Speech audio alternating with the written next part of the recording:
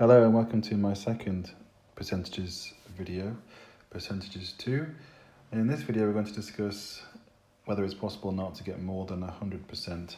So you may have heard sometimes people say you can't get more than 100%, doesn't make sense. You see it a lot on programs like the X Factor, where you have contestants say, tonight I'm going to give it 110%, and people laugh at them because you say, well, you can't get more than 100%. So we're going to have a quick look at that and see whether that's true or not. After that, we're going to calculate discounts. So we're going to find something on sale, take away the percentage discount, which we can do quickly and easily because we've got a fast way of calculating discounts, calculating percentages. And then we're going to actually show you a faster way of doing it, where we'll get the answer straight away. And then, of course, the third rule of maths is followed because we're going to do the reverse percentage, which just means that if we have a discount, we get the sale price, what the sale price is. So then the question becomes, well, what was the original price? So we can reverse it and figure out what that would be. So we're going to look at each one of these now, and starting with more than 100%. But before we do that, we're going to just recap how to find any percentage of any number. So let's say I wanted to find 3% of 5, then I'll just do 3 times 5, which is 15, and then divide by 100. So it's 0.15. 30% of 5 would be 5 times 30, which is 150, divide by 100, so 1.5. And 300% of 5 would be 5 times 300, which is 3 5s 15 and 2 zeros, divided by 100, 15. So that's actually the same as if I just did 3 times 5. 3 times 5 is 15. So what that tells us is that 300% must be 3, because we just times them together. And this makes sense because percent means out of 100, so 300 out of 100 or divided by 100 does equal 3. So yeah, that's true. And we can also see that yes, we can get more than 100%. So what more than 100% means is some multiple, just like times tables, of a number. So 300% of 5 means 3 times 5. Some more examples of that are on my next page, where I've picked out some news stories that I've noticed have got figures that are more than 100% in them to prove that you can do it, you can have it. So, for example, Tesla stock surged to 695% last year. Bitcoin more than quadrupled. Ether is up to 129% year to date. So that's more than 100%. And a price rise of close to 300% saw Bitcoin, etc., etc. So you can see what that means is Bitcoin got 3 times more expensive. Tesla stock grew 7 times as much, nearly, and Ether grew, doubled and a bit more. So that's 129%. So I hope that proves to you that you can get more than 100%. And that's something that we're going to use in the next topic, which is called compound interest, where we're going to have something increase by more than 100%. Okay, so let's now calculate some discounts at the shop. So let's imagine that you go to the shop to buy some shoes, you expect them to be £60, but today there's a 10% discount. So what would the price be? Well, what we could do is find 10% of 60. For 10%, that's quite straightforward. We could just divide 60 by 10, which is 6. So that would be our discount. Or we could also times them together. 10 times 60. 1 times 6 is 6. 2 zeros, 600. Divide by 100, 6. So again, £6. And then taking out £60 and taking away 6 from it would leave 54. So that would be our sale price of the shoes. And that's an okay way of doing it, but there's a faster way. Okay, we've got a faster way already because we can easily find any percentage of any number. much more quickly, but then we've got a subtraction to do. And we can be a bit clever about it by, instead of multiplying by 10, multiplying by a different number.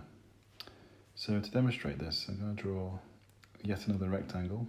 I call this the rectangle of value, and it should illustrate for this and some future examples what's going on with the percentages. So for this case, we've got the price of the shoes is £60. That will represent the full rectangle, which is 100% of the cost. And we want to discount 10%. So we want to take 10% off and then figure out what that would be. So we've got actually two paths to this. We could find 10% and take it off, which would get us to this line. Or if we're taking 10% off from 100, what does that leave? 90. So actually, we could also find 90%. And that'll get us to the same place, this line. So if we did that, 90% of 60, just times them together. 9 sixes are 54, 2 zeros, divide by 100, 54. So you see we get to the answer far more quickly and far more easily by just multiplying by 90. So let me show you another example where the numbers are a bit more difficult. So here we got £72 is the full price, and today it's an 18% discount. So instead of finding 18% of 72, which we could do, which is okay, and then subtracting that answer away from 72, which is not as okay, it's not very straightforward to do. And I'll show you why in a second. We could do instead take away the 18% from in our rectangular value from 100. So if we do 100% minus 18, that's 82. So today the tablet is 82% of what it normally is. So let's find 82% of 72, so just times them together. Doesn't matter which order. So 2 2s are 4. 14 and 16 makes 30. And 7 8s are 56, plus 3, 59. Divide by 100, £59.04. So that's what the price of the tablet would be with this 18% discount. And that's really all we're concerned about. We're not actually interested in what the amount of money we've saved is. We just want to know what the new price is. So that's given us that value. Why is this better than finding 18% of 72 and then taking it away? Well, let's see. So if I do 18 times 72, I'll get my answer. So 8 2s are 16. 56 and 2 makes 58, plus 1 is 59. And then 1 7 is 7, so it's 12. So now I've got to subtract 1296 from 72. And this gets a bit fiddly, and I think it's a bit easy to make a mistake with this because you've got to take away 96 from zeros, and pretty much anyone I ever teach gets this wrong. We can see why. 96 from 0, well, let's borrow 1 as it's called. So 96 from 100 is 4. And then 72 from 1 I've got to borrow there, so that's 61, is it? So I don't even know how to do it. I just don't bother doing it. So I know that's going to give me 71 take away 2 is 9, and then 1 from the 6 gives 5. And I find that far more difficult than just using my brain a bit and multiplying it by 82 instead, as you can see. I honestly I'm not very good at subtraction when I actually have to write it down. I could do that better mentally myself. But for you, you can avoid all that by just easily taking 18 from 100. And because we're always taking away from 100, you become practiced at it. So it's not long before you can do these very quickly. So I think the better option is to multiply by 82%. Now this multiplying by 82% has got a highly technical name in the maths world, and it's called, you may be not surprised to know, a multiplier. So if you hear this word bandied about at school, college, or online, or wherever, they might use the word multiplier. And they probably won't use a percentage, they might use a decimal instead, but I think it's more convenient to use a percentage, it makes more sense. So if we're taking away 18%, that leaves 82, times by 82, get your answer. And that's easy. Okay, so that's calculating a discount. Here's another example, £160, 29% discount. So pause the video and have a go at this yourself, and I'll run through it when you press pause. So 29% discount this time, so take that from 100, that's 71. So just times 160 by 71. So notice I put that in a convenient place. For me, the numbers I'm interested in multiplying are 16 and 71, not 0. So I'll just put that in a handy place.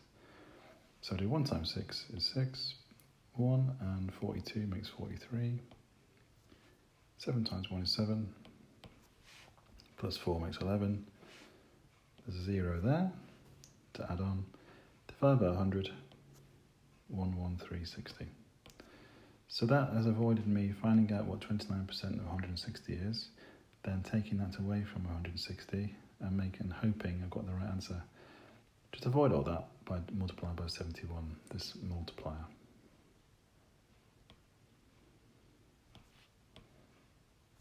Which I've kept as a percentage. Okay, so let's move on now to what about the reverse of this? So imagine that instead of being given the original price, the normal price, and then calculating the discount, what if you're given the sale price and you're asked to find out what the original price was?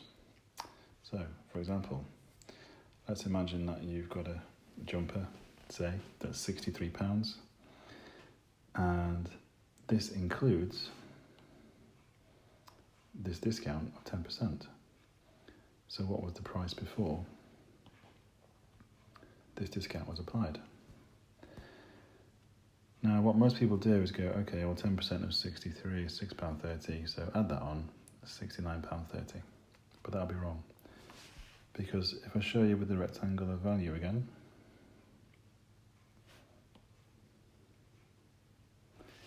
we'll see that the £63 does not represent the whole price, does it? It represents the discounted price. So it's only going up to here. Because if 10% has been taken off, the £63 actually represents 90% of the whole price. And that is the key statement. If you can see that answer straight away with this kind of question, it makes the whole thing a lot more easy. So a realization that £63 is 90%. And that's why if you find 10% of 63 and get £6.30, it's going to be wrong, because you're trying to find 10% of 100%. But £63 is not 100, it's 90. So now we want to find 10%. How are we going to change 90% to 10? Well, there are two ways to do it. One is to take away 80%, but I don't know what that is, so I can't do that. Or, to go from 90 to 10, I need to divide by 9. So if I do the same thing with 63, 63 divided by 9 is 7. So that means that 10% is 7. So notice it's not £6.30. So because 10% is 7, it's easy for me to now find 100% because I can just times by 10. So that's 70. Or if you prefer, you could just add the two together, 90 plus 100, 90 plus 10%, 100%, 63 plus 7 is 70. So it doesn't really matter which way you do it. I find it easiest to go from 10% to 100 by multiplying by 10, because that's very easy to do. You're either going to add a 0 or just move the decimal point one place to the right, because as we've already seen in the decimals lesson, that's what multiplying by 10 can do. Right, let's look at another example. This time we've got a £64 item, and it has included a 20% discount. So again, the key factor is realising if we want to find out what the original price was before this discount was applied, what does the £64 represent percentage-wise? Well, since the 20% has been taken off, it's 100 minus 20. So 64 is 80%.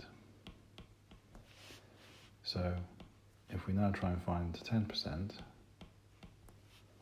divide it by 8. So 64 divided by 8 is 8. And now to find 100%, just times by 10. So the original price was £80.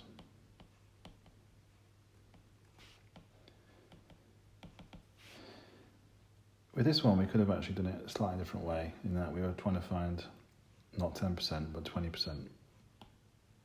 And so to go from 80 to 20, we could have divided by 4. But it doesn't really matter which way you do it,